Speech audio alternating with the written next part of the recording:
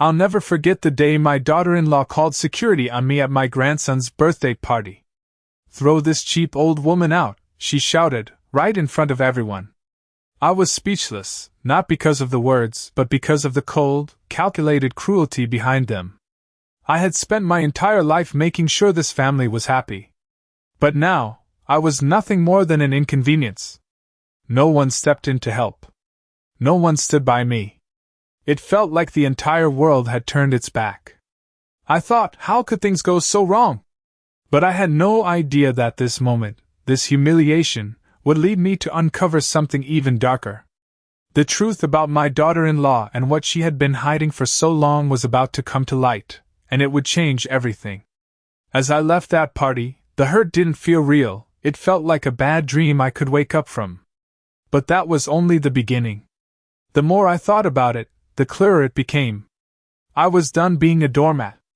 I was done being ignored, pushed aside, and treated like I didn't matter. No one was going to treat me like this anymore. I would get to the bottom of this, and I would make sure everyone knew what she was really like. The hurt would not last forever. I would fight back, and I would do it quietly, with precision. I would show her that I am not weak, that I am not the person she thought she could easily push around. I didn't know exactly how I was going to do it yet, but I knew one thing for sure: she would regret ever trying to make me feel small. It wasn't just about the birthday party, or the words she said. It was about the years of disrespect, the subtle manipulations, the lies. I had been too patient, too understanding for too long. No more. The game was changing, and I was going to win. It wasn't going to be easy. The more I dug into Emma's life, the more I started to see cracks. There were things I had never noticed, things that seemed innocent at first but were starting to make sense now. She had been hiding so much more than I thought. And that's when I realized this wasn't just about a birthday party. This was bigger than I could have imagined. It was about power, control, and betrayal. The next few days were a blur of silence. The sting of Emma's words still burned in my chest, but I was no longer letting it control me. I went through the motions, waking up, making my tea, walking to the kitchen, but my mind was elsewhere, dissecting every moment of that day. How could I have been so blind for so long? For years, I'd given everything to this family. I'd cooked for them, cared for them, and yet here I was, an afterthought. But no more. I would not let them tear me apart. No matter how much they tried to push me down, I knew I had to stand tall. And in the silence of my own home, with only my thoughts for company, I started to plan. Emma had underestimated me. She thought she could get away with this. But what she didn't know was that I was far more resilient than she gave me credit for. I began to notice the small signs, the little things that Emma had been doing behind the scenes. It started with the house. The property had been in my family for generations. It held memories, moments I'd never be able to replace. But Emma, she'd been talking about selling it. I hadn't thought much of it at first, but after the party, after her actions, I started to see it for what it really was, her way of cutting me out. Not just from the family, but from the life I'd built with my husband. But that wasn't all. I found out about the accounts. I had never been one to keep an eye on money. My husband had always handled that. But now, I was left to deal with the aftermath of his passing, and it was becoming clear that Emma had been pulling strings behind my back. There were things I didn't understand, transactions I hadn't noticed, and suddenly, everything was making sense. She had been moving money around. Small amounts at first, but then larger sums. I couldn't believe it. I had trusted her. I had opened my heart, welcomed her into our home, and this was how she repaid me. The realization hit hard, but it also made me stronger. I wasn't going to let her get away with it. I began gathering my evidence quietly. Every time she spoke, every conversation with my son, I made mental notes. I wasn't going to confront her just yet. No, this needed to be calculated. This needed to be perfect. There was something oddly satisfying about the quietness of it all. I wasn't shouting, I wasn't fighting back with words. Instead, I was letting the silence speak for me. I didn't need to explain myself. I didn't need to convince anyone of the truth. All I needed was time and the facts. I knew that once the truth came out, everything would change. I just had to be patient. Over the next few weeks I watched. I listened. And I waited for the right moment. It came one afternoon when I was going through some old paperwork. Among the bills and receipts, I found something unexpected, a letter addressed to me from a law firm. My heart stopped as I read the name at the top. It was Emma's lawyer. The letter was about the house, the estate, and my rights. But the language was cold, legal, far more than just a simple request. It was a warning. Emma had already taken steps to have everything transferred in her name, and she had already started to cut me out of the will. It was all part of her plan. She wanted everything. But she didn't know I was onto her. I had already started my own preparations. I had contacted a lawyer of my own, someone I trusted. And when the time came, I was going to confront her with everything I had. It would be a moment of reckoning, and I would not back down. I spent the next few days preparing for the inevitable confrontation. I didn't know exactly how it would go, but I knew that once I had all the pieces in place, I would be ready. And when the day came, I would show Emma the truth. That she could never control me. That she could never take away what was rightfully mine. I wasn't just going to let her walk all over me. This time, I would make sure she paid for what she had done. I spent the following days in a haze of quiet determination. The shock of Emma's actions at Jack's birthday party had finally settled into something sharper, more focused. I wasn't just hurt anymore. I was angry, but in a way that was silent, calculated, and cold. I'd seen the way she looked at me, like I was nothing. But I wasn't nothing. I wasn't some fragile, old woman who could be discarded so easily. The more I thought about it, the more I understood just how deeply Emma had manipulated everything. I had always thought of her as someone I could trust, someone who cared about my son and my family. But she had been plotting behind my back for a long time, and I was just too blind to see it. She had wanted control, and she had taken it. But she didn't realize that I wasn't going to let her have it. One evening, while sorting through old papers, I found a small, faded envelope tucked beneath a pile of receipts. It was addressed to me, but the handwriting was unfamiliar. I'd opened it cautiously, my hands trembling slightly, and found that it was a notice from a real estate company. The letter outlined plans to sell the house my husband and I had worked so hard to build. The house where I'd raised my son.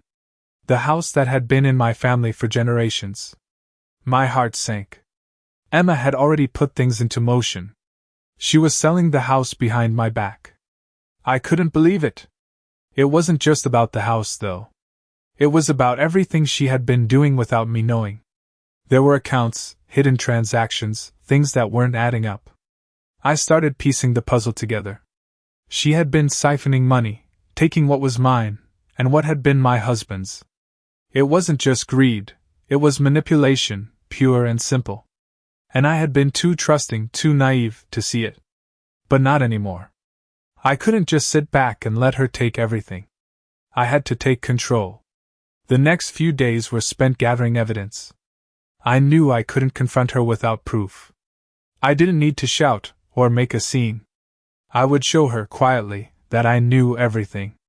I wasn't the helpless old woman she thought I was. I was smarter than she gave me credit for. And I wasn't going to let her win. I had my lawyer set up a meeting for the following week. I didn't tell anyone what I was planning, not even my son. I knew I had to handle this on my own. If I was going to take my life back, I couldn't rely on anyone but myself.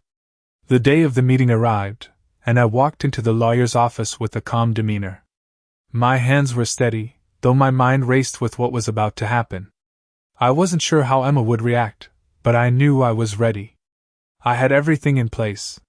The lawyer handed me a stack of papers, documents I had never seen before, ones that Emma had signed, forging my name, pushing me out of everything I had worked for.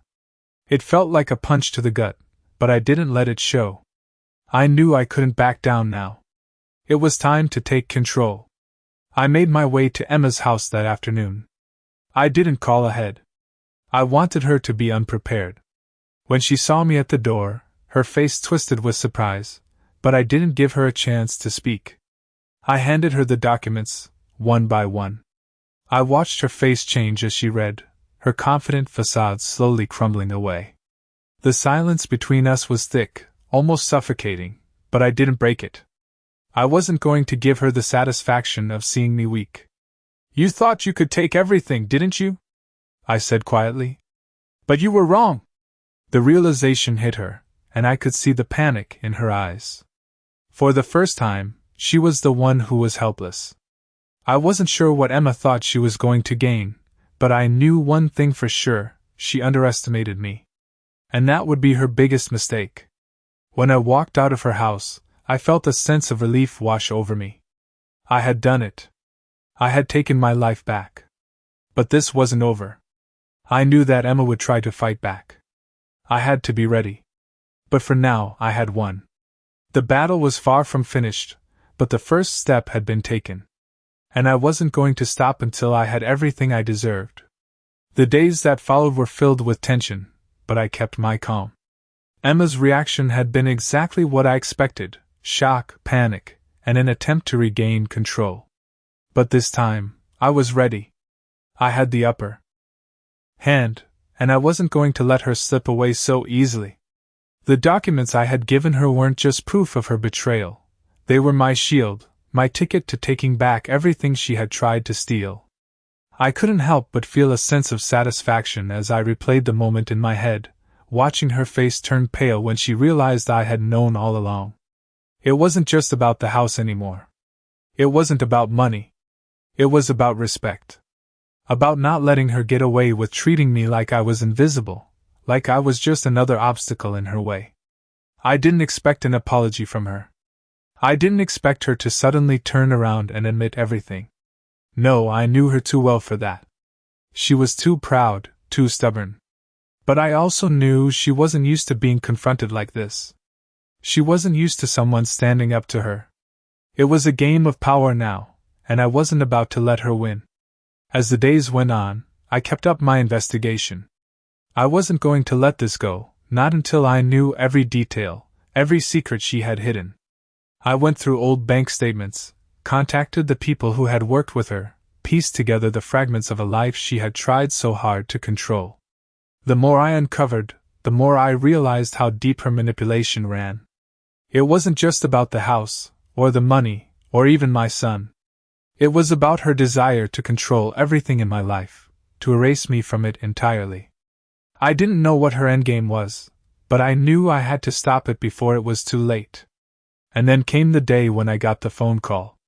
It was from the lawyer's office, the one I had been working with.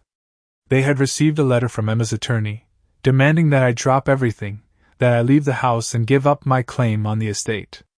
It was a threat, but it was one that I wasn't going to take lying down. The letter was written in the same cold, calculating tone that Emma had used when she first called security on me at the party. It made me sick, but it also fueled my determination. I wasn't going to back down now. The lawyer told me it was time to take this to court.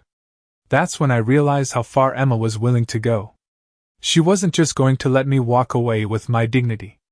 She wanted everything. She wanted me out of the picture completely. And now, I was going to have to fight for what was mine. I wasn't afraid of a court battle. I had the truth on my side, and I wasn't afraid to use it. As I sat in the lawyer's office, I felt a sense of resolve wash over me. I wasn't going to let Emma destroy everything I had worked for. Not without a fight. The lawyer handed me the paperwork, outlining the next steps. It was going to be a long, drawn-out process, but I was ready. I wasn't just fighting for the house, or the money, or the estate. I was fighting for my right to be seen, to be respected. I had spent so many years playing the role of the dutiful mother, the understanding wife. But now, it was time for me to be the one who took control. I wasn't going to let Emma steal my life. I wasn't going to let her get away with this. The battle was far from over, but for the first time in a long time, I felt like I was finally in control.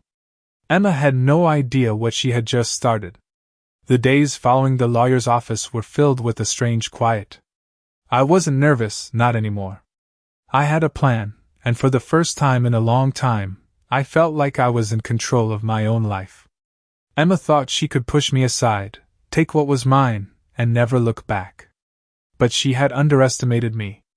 Every step I took, I moved closer to the life I had worked so hard to build, and farther from the woman she had tried to make me. The court case loomed ahead, and I knew it wouldn't be easy. But nothing worth fighting forever is. I spent my nights sorting through the documents, organizing everything I had uncovered. I thought back to all the little signs that had added up over time, the subtle ways Emma had tried to take over. The way she'd ignored my requests, made decisions without consulting me, and always seemed to have a way of pushing me out. It was clear now that she had been planning this for a while. She wasn't just after the house or the estate, she wanted to control everything. And I wasn't going to let that happen. One afternoon, as I was going through some old photo albums, I came across a picture of me and my late husband. We were so happy in that photo, so in love. The house we had built together was in the background, and I remembered all the good times we had there. I closed my eyes for a moment, feeling the weight of the years. It wasn't just about the property. It wasn't just about money. It was about the memories, the love, the life we had created. And I wasn't going to let Emma take that from me. I couldn't. As the court date grew closer, I began to prepare myself for what was ahead. I knew Emma would try to turn things around, twist the truth, make me look like the villain. But I wasn't worried. The truth was on my side, and I wasn't afraid to let it be known. I wasn't going to play by her rules anymore. I spent hours with my lawyer, going over the strategy. It was clear that Emma had made mistakes, and those mistakes would be her undoing. But I didn't want to just win. I wanted her to see the consequences of her actions. I wanted her to understand that you can't just take someone's life and expect them to lie down. My son was another issue. I hadn't heard from him much since everything started. I knew he was caught in the middle of all this, torn between his wife and his mother. I couldn't blame him, not really.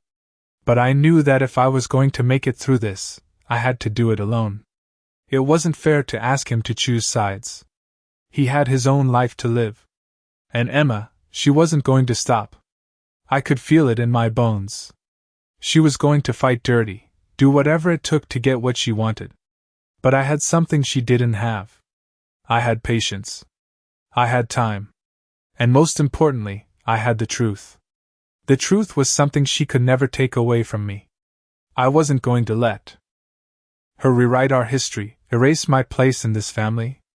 She could try, but in the end, she would fail. As the court date finally arrived, I stood tall, knowing that whatever happened, I had done everything I could. The battle wasn't over yet, but I was ready. And this time, I was going to win. The day of the court hearing arrived faster than I expected. It wasn't just another day. It was the day I would stand up for everything I had worked for, everything I had loved, everything that had been taken from me. I had walked into this battle with a calm heart and a focused mind, but as I stepped into the courtroom, the reality of it all hit me hard. The walls felt close, the air thick with tension. I glanced at Emma, sitting across the room, her face composed, but I could see the fear behind her eyes. She was trying to hold on to the control she had so carefully built, but I wasn't going to let her. The lawyer gave me a reassuring smile as he passed me the folder filled with all the evidence we had gathered. It wasn't just about the house, the money, or the assets. It was about the lies she had built her life on, the deceit she had used to push me out of the picture. As the trial began, I listened to Emma's lawyer speak, his words smooth, convincing, but not convincing enough. I knew what he was trying to do. He was trying to paint me as the villain, to make me out to be the unreasonable, bitter mother-in-law who had nothing better to do than fight over a house. But I wasn't that person. I didn't care about the house or the money. I cared about the truth, about standing up for myself when everyone else had decided to look the other way. Emma's lawyer finished his opening statement, and the courtroom fell into a hush. Then it was my turn. I stood slowly, feeling the weight of the room on my shoulders. I wasn't going to beg for sympathy, and I wasn't going to cry. I wasn't going to show weakness. Instead, I spoke calmly, clearly, and with conviction. I talked about the years I had spent raising my son, the sacrifices I had made, the love I had given to this family. I talked about my late husband, about the life we had built together, and about how Emma had tried to destroy all of it for her own gain. I spoke about the lies, the hidden accounts, the property transfers, all of it. I didn't need to yell. I didn't need to make a scene. The truth was enough. As I spoke, I could see Emma squirming in her seat. She tried to keep her composure, but it was clear she wasn't prepared for this. She hadn't expected me to fight back. She hadn't expected me to have the strength to expose her. When I finished, the room was silent. For the first time in a long time, I felt like I had taken back control of my life. Emma's lawyer tried to counter, but it was too late. The truth was out. I didn't need to say anything more. I had done what I came to do. The judge listened to both sides, taking in everything. I knew it wouldn't be an easy decision, but I was confident. I had all the evidence, all the facts. Emma's manipulation couldn't stand up to that. The hearing ended, and we were all dismissed. I walked out of the courtroom with my head held high, not knowing what the final ruling would be, but knowing that I had done everything I could. For the first time in a long time, I didn't feel small. I didn't feel like a victim. I felt powerful. And I wasn't going to let Emma or anyone else ever take that from me again. The days that followed were filled with a quiet anticipation. I waited for the court's decision, but I wasn't worried. The truth was on my side. A week later, the verdict came through.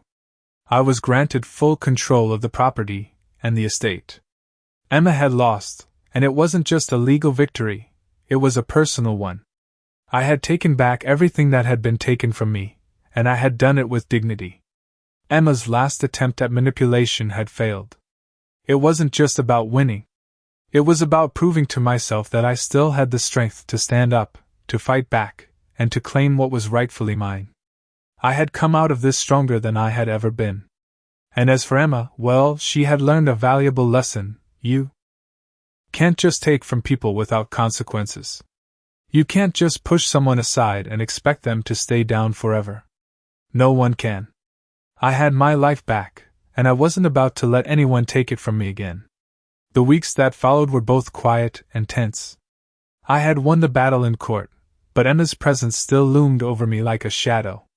She was not the type to accept defeat quietly, and I knew it wouldn't be long before she tried something else. But for the first time in years, I felt a sense of peace. I had fought back, I had stood up for myself, and I had come out on top. As the days passed, I focused on rebuilding my life. I started taking long walks around the property, something I hadn't done in a long time. The air was crisp, and the old house, our house, felt more like a home again. I began to reconnect with the memories, with the life I had built here. It wasn't just about the house. It was about reclaiming everything that was mine. I took comfort in the little things, the sound of the wind in the trees, the birds singing in the morning, the quiet peace of being able to sit in my garden without feeling like I was being watched or judged. But Emma wasn't done. I knew she wouldn't be. It was one late afternoon when the phone rang. I didn't recognize the number, but I picked it up anyway. "Hello?" I said, my voice calm, but alert. "Is this Alice Thompson?" a cold, unfamiliar voice asked. "Yes," I replied cautiously. "This is Emma's lawyer," the voice continued, "and we are preparing an appeal. We're going to challenge the decision." My heart skipped a beat, but I didn't let it show. I had expected this. I had known Emma wouldn't just let it go. She wanted to win at any cost. "You can try," I said evenly, "but the truth is on my side. The court made its decision. You can't change that." The lawyer on the other end was silent for a moment, as if weighing my words. Then he spoke again, his tone colder this time. "We'll see. We'll be in touch." The line went dead, and I sat there for a moment, processing what had just happened. I wasn't surprised, but a part of me had hoped Emma would just walk away. That she would realize that her actions had consequences. But no. She wasn't the type to back down. I knew I had to be ready for whatever came next. The next few days were filled with tense anticipation. I spent hours meeting with my own lawyer, going over the details of the case again, making sure we had everything in place. Emma wasn't going to get the best of me this time. I would be ready. But the process wasn't quick. The weeks turned into months, and still, there was no word from Emma. The silence between us felt heavy, but I didn't dwell on it. I had other things to focus on, things that made me feel alive again. I started getting involved in the community, volunteering at the local shelter, reconnecting with old friends, and spending more time with Jack. I wasn't going to let Emma's actions define me. I refused to let her win. I had lived through too much already. I had survived my husband's death, the years of quiet sacrifices, and now this. I wasn't going to crumble now. But then, just as I had begun to think that maybe, just maybe, Emma had given up, I received another letter. This time, it wasn't from her lawyer. It was from her. The letter was brief, but it made my stomach drop. "I'm sorry," it read. "I made a mistake. I want to make things right." I sat there for a long time, staring at the letter, trying to process it. Could it be real? Could Emma really be apologizing? My first instinct was to ignore it, to toss it aside and move on. But something made me pause. Maybe, just maybe, this was her attempt to make amends. I thought about it long and hard before making a decision. I wasn't going to let my anger rule me anymore. I had already won the battle, but maybe it was time to find some peace. So I wrote back. My response was short but firm. "It's going to take more than an apology to undo the damage you've done. But if you truly want to make things right, you'll have to prove it." I wasn't sure what would happen next, but I knew one thing for sure. I wasn't going to let Emma control my life anymore. If she wanted to make amends, she would have to prove it with her actions, not her words. The ball was in her court now, and I was done waiting for her to make her next move. I had taken back my life once, and I wouldn't let anyone take it from me again. Weeks passed since I had sent my response to Emma, and the silence was beginning to feel heavier than ever. It was as if I was waiting for a storm that never came, the tension hanging in the air with every phone call I didn't receive, every day that passed without any word from her. I couldn't help but wonder if she was taking me seriously or if this was just another one of her empty attempts to buy time. But I wasn't going to let that worry me. I had already made up my mind. I had taken control of my own life again, and that's what mattered. But then, one afternoon, the unexpected happened. The doorbell rang. It was late, and I wasn't expecting anyone. When I opened the door, there she was, Emma, standing on the porch, her face unreadable. She held a small envelope in her hand. For a moment neither of us spoke. I just stared at her, trying to read her expression, wondering what was going on in her mind. After all this time, after everything she had put me through, now she was standing here, on my doorstep. "I thought you wanted to make things right," I said, my voice steady, though I couldn't ignore the pounding of my heart. She nodded slowly, her eyes downcast, as if she was trying to find the right words. "I do," she said quietly, her voice softer than I had ever heard it. "I know I've done a lot of wrong, and I want to try to make it up to you. I don't expect forgiveness right away, but I want to show you that I'm serious." She handed me the envelope. "This is a start," she added. I hesitated before taking the envelope from her. As I opened it, I found a letter, along with a small check. The letter was brief, but it was enough to make me pause. "Alice, I know that I've hurt you in ways that can't be undone. I can't take back what I did, but I want to help make things right. Please accept this as a gesture of my sincerity. I know it's not enough, but I hope it's a step toward rebuilding the trust I've broken. Sincerely, Emma." The check was for a substantial amount of money, enough to cover the cost of the house and then some. But the money wasn't what caught my attention. It was the letter, the words that had been carefully chosen, the effort she had put into this. For a moment, I felt a strange mix of emotions. Part of me wanted to reject the whole thing, to throw it back in her face and say that nothing would ever make up for the years of pain she had caused. But then another part of me, a quieter part, told me to pause. I had spent so long holding on to my anger, holding on to the hurt.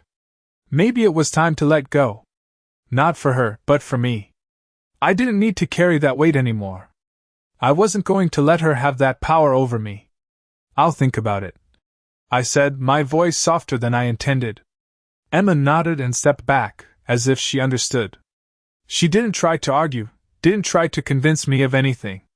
She just turned and walked away, leaving me standing there, holding the letter and the check. It wasn't an easy decision, but I knew it was a step in the right direction. I didn't know what the future held or if Emma's apology was genuine. But I did know that I wasn't going to let this define me anymore. I wasn't going to let her actions control my life any longer. I had already taken control once, and I would do it again, if necessary. The next few days were filled with reflection. I thought about the years I had spent trying to hold everything together, about the sacrifices I had made, about the way I had always put everyone else first. But it was time to stop. It was time to focus on myself, to take care of my own needs for once. I didn't need anyone's approval to do that. I didn't need Emma's apology to feel whole. I had always been enough. And as I looked out the window, watching the sunset over the horizon, I realized that I was finally free. Not just from Emma's manipulation, but from the years of doubt, from the self-imposed guilt, from the idea that I wasn't worthy of peace. I had fought for what was mine, and now I was going to enjoy the life I had rebuilt. The storm had passed. The future was mine to shape, and I wasn't going to waste it. Emma had made her choice, and I had made mine. Whatever happened next, I knew I would be okay. I had already won. The days after Emma's visit were filled with a quiet peace I had not felt in a long time. For the first time in years, I wasn't constantly battling with the weight of betrayal and resentment. I still didn't know where this new chapter in my life would take me, but I knew one thing: I wasn't going to let the past dictate my future. I had learned to trust my own strength again. That letter she had sent, the check, her apology, it wasn't a magic fix. It didn't erase the years of manipulation or the countless small cuts I had suffered. But it was a step. It was something I never thought I'd see, her acknowledging her wrongs. I had expected her to continue with her game, to fight until the end, to try to take everything away from me. But instead, she had made an attempt to change. It wasn't perfect, it wasn't enough yet, but it was a sign that maybe, just maybe, things could be different. The more I thought about it, the more I realized that I didn't need to hold on to the anger. I didn't need to carry the burden of the past anymore. Letting go didn't mean I was weak. It meant I was strong enough to move forward. I started doing things I had put off for years. I took a trip to the lake, just for a weekend, to clear my mind. I walked along the shore, feeling the cool breeze on my face, listening to the water lap gently against the rocks. It was peaceful, serene. For the first time in a long time, I felt like I was finally taking care of myself. There were no deadlines, no expectations, no one else to think about. It was just me. The trip reminded me of the things I used to love before everything got tangled up in family drama. It was a small thing, but it was the start of something new. When I returned home, I decided it was time to fix the house. It had been a long time since I'd paid attention to the details, to the little things that made it feel like home. I started small, repainting the front door, fixing the garden that had become overgrown. It wasn't just about making the house look good. It was about reclaiming the space that had once been a source of joy. As I worked, I thought about Emma again. Her apology had been unexpected, but I didn't feel the need to rush into anything. I didn't know if I would ever fully trust her again, and that was okay. Trust had to be earned. But for now, I was focused on the things I could control. I was creating a new life for myself, one that didn't revolve around her or the manipulation she had tried to impose. My son had called me a few times, asking how I was doing. I hadn't heard much from him since the court case, and I could tell he was still torn between his wife and me. I didn't blame him, but I knew that I couldn't wait for him to make things right. I had to do it for myself. I had to make sure that I was okay, no matter what. One afternoon, as I was tending to the garden, Jack came over to visit. I could tell he had something on his mind, but he didn't speak right away. We spent a few minutes in silence, working together in the garden, before he finally spoke. "Grandma," he said hesitantly, "I'm sorry for what happened with Mom. I didn't want you to feel left out." I stopped what I was doing and looked at him. His eyes were filled with guilt, but also a sense of sincerity. "You don't have to apologize for her," I said gently. "You didn't do anything wrong." He nodded, looking relieved. "I just want you to know that I love you, and I'm here for you." "I know, Jack," I replied, my heart swelling. "And I love you too. You don't have to worry about me. I'm doing just fine." It was the first time in a long time that I felt like I was really seen. Jack was still young, but I could see the goodness in him, the heart he had always had. For the first time in ages, I felt like I had the support I needed. As the weeks went by, things started to fall into place. I didn't hear from Emma again, and part of me was glad. I wasn't waiting for her to make things right anymore. I was already moving forward, building a life that was mine and mine alone. It wasn't easy. There were days when the old wounds would resurface, when I would feel the weight of everything that had happened. But those days were fewer and farther between. I had learned to embrace the peace that was slowly settling in my life. And for the first time in a long time, I felt truly free.